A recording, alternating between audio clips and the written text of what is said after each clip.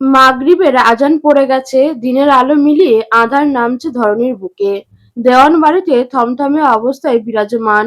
ঈশান ফেরেনি এখনো, আর না তো তাকে ফোনে পাওয়া গিয়েছে সারাটা দিন। রাহেলা দেওয়ান বারবার মুছছেন ভিজে ওঠা চোখ জোড়া। অন্য দুই গিন্নিও ছলো ছলো চোখে বড়জাকে আগলে সান্ত্বনা দিচ্ছেন। রাইসুল দেওয়ান তার ভাইদের নিয়ে সোফায় বসে আছেন। মুখ রাগে লাল বর্ণ ধারণ করেছে। নয়ন নিয়াজ বেরিয়েছে ঈশানের খোঁজ করতে। কাজী সাহেব অবশ্য বিকেলের দিকেই চলে গেছেন। চন্দ্র দেওয়ানও থ মেরে বসে আছেন। নিজের সিদ্ধান্তের ওপর কি রাগ হওয়া উচিত তার? এই মুহূর্তে ঘটনা যাকে কেন্দ্র করে সেই বিয়ের কনে লাল বেনারসি পরে লাল টুকটুকে বউ সেজে বসে আছে নিজের ঘরে। বলা বাহুল্য এ অবস্থায় তাকে সকাল থেকে সাজিয়ে রাখা হয়েছে। তমা, নুরি, নিশি, রিশা, রোশনি, রাফি সবাই এ ঘরেরই এলোমেলো ভাবে এদিক ওদিক ছড়িয়ে ছিটিয়ে বসা। ঈশান বাড়ি ফেরেনি সারাদিন। কিছু একটা যে একদম ঠিক নেই সেটা বোঝার মতো জ্ঞান তার আছে। এখনো অবধি বেশ কয়েকবার জনে জনে এসে তাকে বুঝিয়ে যাওয়া হচ্ছে। ঈশান একটা জরুরি কাজে আটকা পড়েছে, চলে আসবে। কিন্তু সে খুব ভালো করে বুঝতে পারছে এই নিখোঁজ হওয়া তার সম্পূর্ণ নিজ ইচ্ছায়, নিজ তাগিদে। তিতিরের কান্না পাচ্ছে, ভীষণ কান্না পাচ্ছে। সাজিদ পাথরের মতো বসে আছে। তার হাতের ফোনে আসা ঈশানের সেই মেসেজ দিনের মধ্যে কম করে হলেও সবার চেক করেছে সে। না, আর কোনো বার্তা আসেনি। ঈশান যা করেছে আজকে সেটা সে আগে জানলে কি করতে দিত তাকে? দিত না, আটকাতো অবশ্যই। সবটা তছনছ হয়ে যেতে পারে আজকের কিছু ভুলে। হিসেবের গরমিল হয়ে যেতে পারে, আবার এক ঝটকায় সব গরমিল চুকিয়েও যেতে পারে। কিন্তু সে রিস্ক সে একা একা ঈশানকে নিতে দেবে কেন? কেন হুট করে আজকেই রুষার কাছে গেল ও? ঈশান কি আগে থেকে সবটা জেনে গেছিল? অনিমা সারাদিন লক্ষ্য করে স্বামীর অস্থিরতা, তবে জিজ্ঞেস করার সুযোগ হয়ে ওঠেনি একটা বারও। এবার সাজিদ এর দিকে তাকাতেই চোখাচোখি হলো দুজনের। অনিমা ইশারা করল উঠে আসার। মিনিট পাঁচেকের মধ্যেই করিডরে এসে দাঁড়ালো দুজন। অনিমা গম্ভীর গলায় শুধালো সাজিদকে, তুমি জানো ঈশান কোথায়? সাজিদ চুপ করে রইল। নিজের হাতের ফোনখানা এগিয়ে দিল অনিমার দিকে। অনিমা হাত বাড়িয়ে নিল ফোনখানা।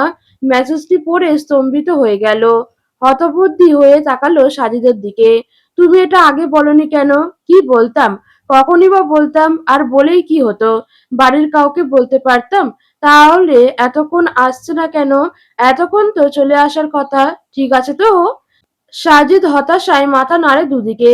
জানি না, ওর লাস্ট লোকেশন ট্রেস করিয়েছি, ও হোটেলে নেই, ছিলই না। ইনফ্যাক্ট আমাকে মেসেজ করার কিছু মিনিটের মাথায় ও বেরিয়ে যায় সেখান থেকে। অনিমা দুই হাতে মাথার চুল খামচে ধরে নিজের।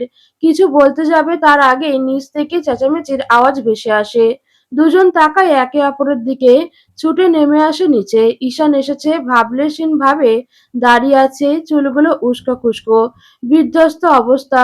রাইসুল দেওয়ান ছেলের গায়ে হাত তোলা বাকি রেখেছে। রাশেদ, রাহিয়ান দেওয়ান সবাই মিলে আটকে রেখেছেন ভাইকে। তবে রাহেলাকে থামানো গেল না। গোটা জীবনে যেটা করেননি আজ করলেন সেটা। ঈশানকে কিছু বলার সুযোগ দিলেন না। এগিয়ে এসে সজোরে চড় মারলেন ছেলের গালে। গোটা বাড়ির মানুষ পাথর বনে গেল। দোতলার করিডোরে এসে দাঁড়িয়েছে তিতির। পাশে নিশি, তমাসহ বাকি সবাই। দু হাতে মুখ চাপা দিল নিশি। মাকে সে এ জীবনে কখনো ঈশানের গায়ে হাত তুলতে দেখেনি। বাড়ির প্রত্যেকটা মানুষেরই একই অবস্থা। থরথর করে কেঁপে উঠল তিতির। বুকের ভিতরটা দুমড়ে মুচড়ে উঠল তার। তার জন্য কি আজ ঈশান ভাইয়ের গায়ে হাত তোলা হলো? আর কিছু দেখতে পারবে না সে। দ্রুত পায়ে ছুটে গেল নিজের রুমের ভিতর। রায়লা দেওয়ান চিৎকার করে উঠল, সজোরে ধাক্কা দিল ছেলেকে। তোকে পেটে ধরে অন্যায় করেছি আমি। অন্যায়?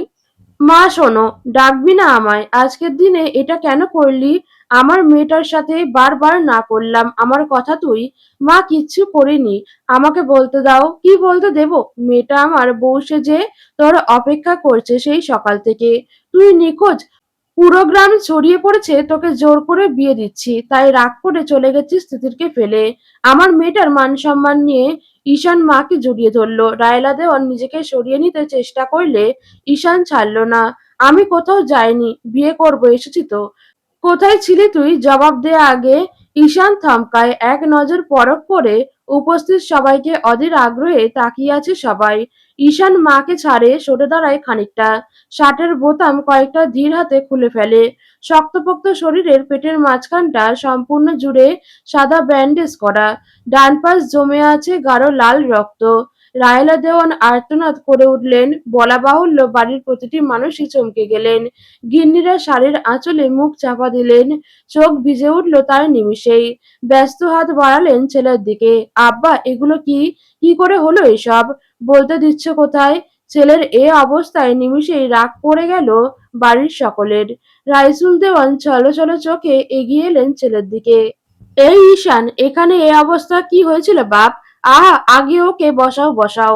রাশেদ দেওয়ান এগিয়ে এসে ভাইকে সরিয়ে ভাতিজাকে টেনে নিয়ে বসালেন সোফায়। ঈশান ধীরে সুস্থে বসলো সেখানটায়। মাথা তুলে দেখলো চাতক পাখির মতো তার উত্তরের আশায় তাকিয়ে থাকা পরিবারের সবার দিকে।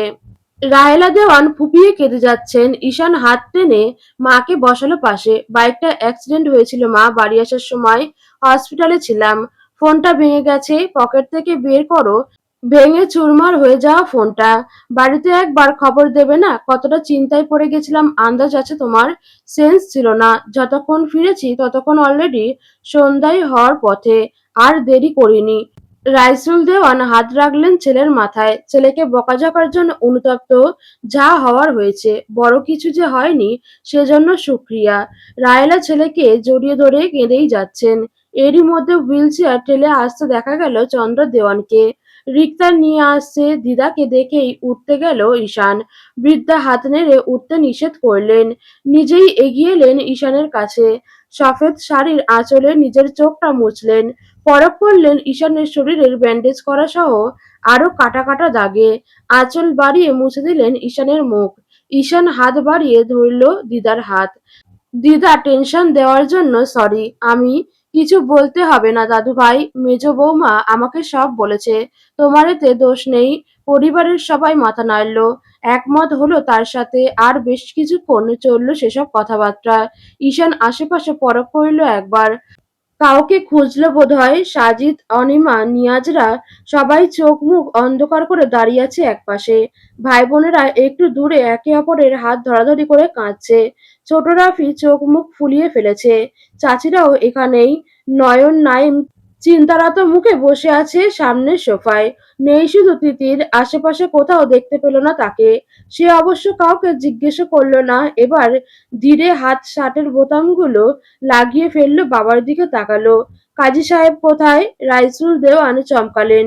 ছেলের এ হাল দেখে এক মুহূর্তের জন্য সবটা মাথা থেকে বেরিয়েই গিয়েছিল। ছেলের দিকে ফিরে বললেন, চলে গেছেন। তো আসতে বলো এখন। সবাই অবাক হয়ে তাকিয়ে আছে ঈশানের দিকে। রাইসুল দেওয়ান ছেলের কাঁধে হাত রাখলেন। বিয়েটা কি এখন করতে চাচ্ছ? ঈশান অবাক হলো। সে কখন বলল বিয়েটা করতে চায় না সে? বাবা, আমি ইচ্ছে করে আসিনি দুপুরে, এমনটা নয় কিন্তু। তাহলে বিয়েটা চাইবো না কেন? বাড়ির সকলের চোখ ছলছল করে উঠল খুশিতে।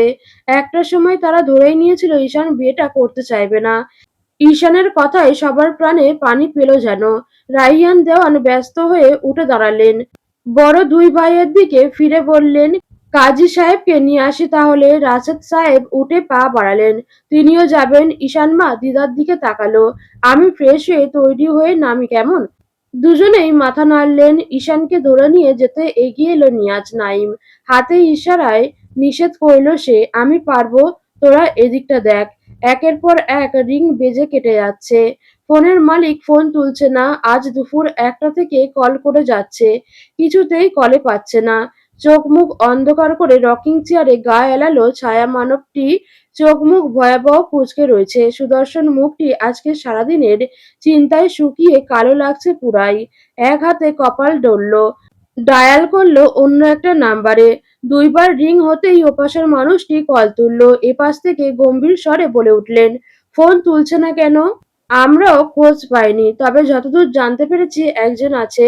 একজন মানে আরেকজন। খোঁজ নাও। যাবো ওখানে? যাও, রাইট নাও। রাতের মধ্যে খবর চাই। ঠিক আছে। ফোন কেটে দু হাতে কপাল ঘষল ছায়া মানবটি। হাত বাড়িয়ে টেবিল থেকে তুলে নিল একটা ফটো ফ্রেম। ৫ জন মানুষ সেখানে, হাস্যোজ্জ্বল সকলের মুখ। সেখানটায় হাত বুলালো একবার, চেপে ধরল বুকের বাঁ পাশটায়। কঠিন মুখ আর বজ্র কঠিন হয়ে গেল। পাশে রাখা রিভলভারটা তুলে ঠেকালো একবার নিজের মাথায়। টপ টপ করে দুফোঁটা পানি গড়িয়ে পড়ল। পরক্ষণেই নামিয়ে ফেলল সেটা। চেপে ধরল কাঠের টেবিলখানায়, দাঁতে দাঁত চেপে কঠিন গলায় আওড়ালো, "I will destroy your everything, everything." Titir ঘরের দরজা আটকে চোখ মুখ ফুলিয়ে ফেলেছে। কাঁদার ফলে চোখের কাজল ছড়িয়ে মুখের বাজে অবস্থা। অবশ্য আর কতক্ষণই রাখতে পারত এই সাজসজ্জা। সেই সকাল থেকে তাকে এমন রোবটের মতো সাজিয়ে বসিয়ে রাখা হয়েছে। এখন কান্না পেলে এগুলো নষ্ট হওয়ার ভয়ে কাঁদাও যাবে না নাকি? দরজায় শব্দ পেল। নিশি নুরির গলার আওয়াজ পাওয়া যাচ্ছে। ধীর পায়ে গিয়ে খুলে দিল দরজা। তিতিরের মেকআপ এই অবস্থা দেখে মাথায় হাত দিয়ে আর্তনাদ করে উঠল সকলে। রিশা রোশনি হু হু করে কেঁদে ফেলল। তিতিরকে পুতুল লাগছিল কিনা সারাটা দিন। দু যমজ বোন যা করে একসাথেই করে। সবাইকে ঠেলে ঠুলে দুপাশে এসে দাঁড়ালো তিতিরের। "সারাদিন তোমাকে পাহারা দিলাম, আর যেই একটু সরেছি তুমি সব নষ্ট করে ফেললে। বড় ভাইয়াকে আমরা কি জবাব দেব?" বলেই কান্না। তাদের দুঃখ আকাশসম। পুতুলের মতো সাজিয়ে সারাদিন রাখলো, অথচ যখনই তার ভাইটার দেখার সময় এলো তখনই এমন মেকে ফেলেছে কেঁদে কেটে। নিশি নুরি তমা হতাশ চোখে তাকিয়ে আছে। কি আর বলবে মেয়েটাকে? তিতির তাকালো বোনদের দিকে। মুখটা ফুলিয়ে কেঁদে ফেলল। এখন তো তুলতেই হতো সব। নষ্ট হয়ে ভালোই হয়েছে। এখন তুলবি কেন? আমাদের ভাইটা দেখলই না আগে। তিতির অবাক চোখে তাকায়। তমা দ্রুত হাতে টিস্যু আর মেকআপ বক্স গুলো নিয়ে বিছানায় আসে। "তাড়াতাড়ি আয়, কাজী সাহেব চলে আসার আগে ঠিক করে দেব।" তিতির হতবাক হয়ে তাকায়। কাজী সাহেব আসবেন মানে? নিশি বোনের আশ্চর্যতা টের পায়। টেনে এনে বসায় বিছানায়। "বিয়েটা হচ্ছে তো বারবি, সাজবি না কেন? আমার ভাইটা দেরি করেছে বলে রাগ করেছিস?" বিয়ে হচ্ছে শুনে থ মেরে গেল সে। তার ধারণা ছিল ঈশান বিয়েটা করবে না বলেই আসেনি সারাদিন। সে কিছু জিজ্ঞেস করবে তার আগেই ঘরের মধ্যে হুড়মুড়িয়ে ঢুকলেন সব চাচিরা। অগত্যা মনের প্রশ্ন মনে চাপা রাখতে হলো। সবাই তাড়া দেওয়া শুরু করলো। কাজী সাহেব এসে পড়েছেন বলে ঈশান ধীরে সুস্থে শাওয়ার নিয়ে বেরিয়েছে। ব্যান্ডেজ না ভিজিয়ে গোসল করতে বেশ সময় লেগে গেছে। তাছাড়া শরীরের আরো কয়েক জায়গায় আঘাত থাকায় জ্বলছে পুরো শরীর। বাথরুম থেকে বেরিয়েই চোখ পড়ল তার ঘরে তার জন্য অপেক্ষা করা মানুষগুলোর দিকে। একেকজনের রুদ্রমূর্তিতে তাকিয়ে আছে তার দিকে। ঈশান তোয়ালেতে মাথা মুছতে মুছতে এসে বসল চেয়ারটায়। বন্ধুদের দিকে তাকালো, বাঁকা গলায় বলল, "বিচার সভা পরে হোক, জামাকাপড় পরতে দিবি তো নাকি?" নিচে সবাই অপেক্ষা করছে। অনিমা, ঋতু বিছানায় বসা, নিয়াজ অন্য একটা চেয়ারে, নাঈম বিছানার পাশে দাঁড়ানো, আর সাজিদ দরজা আটকে সেখানে হেলান দেওয়া। সাজিদ এগিয়ে এলো, চেয়ার টেনে বসলো ঈশানের পাশে। "নিচে যা বললি মিথ্যা বললি কেন?" "সবটা মিথ্যা না, এটা তোদের মিথ্যা লাগে?" নিজের শরীরের কাটা অংশে ইঙ্গিত করে দেখালো ঈশান। "এটা না, বাকি কথা। বাইক অ্যাক্সিডেন্টে এমন আঘাত লাগে? তুই করেছিস কখনো? জানবি কিভাবে?"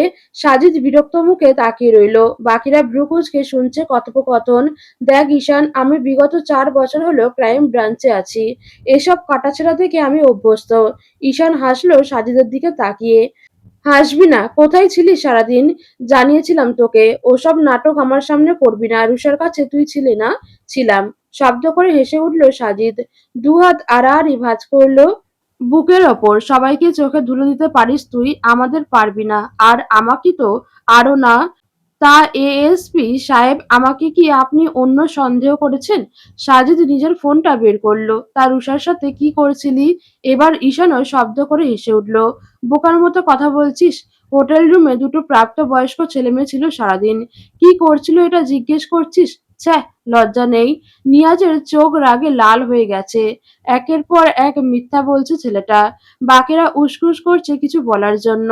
তবে হাত বাড়িয়ে নিষেধ করল সাজিদ। তার কথা শেষ হয়নি এখনো। হাঁটুর ওপর দু হাতের কনুই ভর দিয়ে তাকালো ঈশানের দিকে।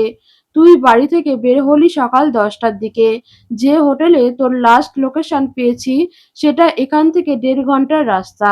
হিসাব ভুল নয়, কারণ সেখানে খোঁজ নিয়ে জেনেছি তুই সেখানে যখন পৌঁছাস তখন বেলা 11টা 46।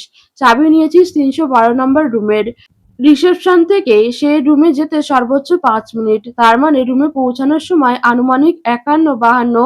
তুই লাঞ্চ অর্ডার করেছিলি তখন 11টা 58, মানে রুমে ঢোকার 6-7 মিনিট পর। আমাকে যখন মেসেজ করিস তখন বাজে 12টা 31। কথাগুলো একদমে বলে দম নিল সাজিদ। রুমের মধ্যে সবাই চুপ। ঈশান ভাবলেশীন হাসি হাসি মুখে জিজ্ঞেস করলো, এই কথায় কি প্রমাণ করতে চাইছিস? সাজিদ চোখ সরু করে তাকিয়ে রইল। ম্যানেজার জানিয়েছে খাবার রুমে যেতে লেগেছে 8-10 মিনিট। খেতে ধরলাম সময় লেগেছে 15 মিনিট। বেয়ারাকে রুষার রুম থেকে এটো প্লেট আনতে কল করেছে। বেয়ারা গিয়ে রুমে একজন একা মহিলাকে দেখেছে। খাবারও একজনই খেয়েছে, আরেকজনের খাবার ছোঁয়াও হয়নি। আমার আন্দাজ ভুল না হলে তুই খাসনি। তখন সময় বলছে 12টা 21। তার থেকে বড় কথা, তুই হোটেল থেকে বেরিয়ে গেছিস 12টা 39-এ। আমাকে মেসেজ করা আর তোর হোটেল ছাড়ার মধ্যের সময় মাত্র 8 মিনিট। মানে কি বলতো? ঈশান হাসলো, এক হাতে মুখ ডলল। তুই বল, তোকে তো লম্বা রোষের ঘোড়া ভেবেছিলাম ঈশান। 8 মিনিটে আউট হওয়ার পুরুষ তো তুই না, অ্যাটলিস্ট আমরা ভাবিনি। সাজিদের বাঁকা কথায় রুমের মধ্যে হাসির শব্দ পাওয়া গেল। নিয়াজ শব্দ করে হেসে ফেলল। ঈশান ভ্রু কুঁচকে তাকালো। What nonsense! সাজিদ হেলান দিয়ে চেয়ারে আয়েশ করে বসলো। ওখানে তুই আধ ঘন্টা সময় কাটিয়েছিস, সব মিলিয়ে সময় পেলি কোথায় ওর সাথে রোম্যান্স করার? গাধা মনে হয় আমাদের? এমনি এমনি চাকরি করি? ঈশানের মুখে হাসির রেখা দেখা গেল। সাব্বাস এএসপি সাহেব, বন্ধু হিসেবে গর্ব হচ্ছে আমার। একেবারে হিসেব পাকা। কথা ঘোরাবি না। তুই রুষার সাথে ছিলি না। মিথ্যে কেন বলছিস আমাদের? আমি যদি ভুল না করি তুই একই কথা তিতিরকেও বলবি। এই তো আরেকটা হিসেব মিলিয়ে ফেললি। চাইছিস কি তুই? রুষাকে জড়িয়ে নাটকটা কেন সাজাচ্ছিস? ঈশান বাঁকা হাসলো। সেও সোজা হয়ে তীক্ষ্ণ চোখে সাজিদের দিকে তাকালো। আগে তুই বলতো, তোর যে চাকরি সেটাতে এত ছুটি তোকে কে দিল? তুই এখানে দিনের পর দিন কি করিস? সাজিদ থমকালো আর চোখে তাকালো অনিমার দিকে। এখানে কিসের মিশনে আছিস? এবার থতমত খেয়ে গেল সাজিদ। এই কথাটা এখন এক্সপেক্ট করেনি সে। গম্ভীর গলায় বলল, আমার অনেক মিশনেই কম বেশি থাকতে হয়। একেবারে টাটু কনফিডেন্সিয়াল। আমাকেও বলা যাবে না? সাজিদ কপাল কোঁচকালো। এখানে আমার কথা কেন উঠছে? আমরা যেটা জানতে চেয়েছি সেটার উত্তর দে। আমি তোর বেস্ট ফ্রেন্ড। তোর চাকরির জন্য তুই আমাকে তোর মিশনের কথা বলছিস না। তাহলে আমারও কি কোনো ব্যক্তিগত কিছু থাকতে পারে না? অবশ্যই পারে, কিন্তু সেটা যদি হয় রুষাকে নিয়ে, তাহলে সমস্যা আছে আমার। ঈশান উঠে দাঁড়ালো। আলমারি খুলে সকালে মায়ের দেওয়া পাঞ্জাবিটা বিছানায় রাখলো। হিসেব এখন মিলবে না এএসপি সাহেব। মিলবে না, সময় লাগবে। ধরে নিন আপনি যে পথে চলেছেন আমিও সেই পথেরই পথিক। হেয়ালি করবি না ঈশান, বিষয়টা মোটেই নিরাপদ নয়। যতই মিথ্যা বলিস, আজ তোর এই অবস্থার জন্য। ঈশান হাত তুলে থামিয়ে দেয় তাকে। থাম, আম অলরাইট। তবে গিল্টি কাউকে ডিফেন্স করাটা তো তোর প্রফেশনের সাথেও যায় না। আমি কাউকে ডিফেন্স করছি না। রুষার বিষয়টা সবাই জানতি। আমি জানতাম না কেন? সাজিদ চুপ করে রইল। অনিমা উঠে দাঁড়ালো বিছানা থেকে।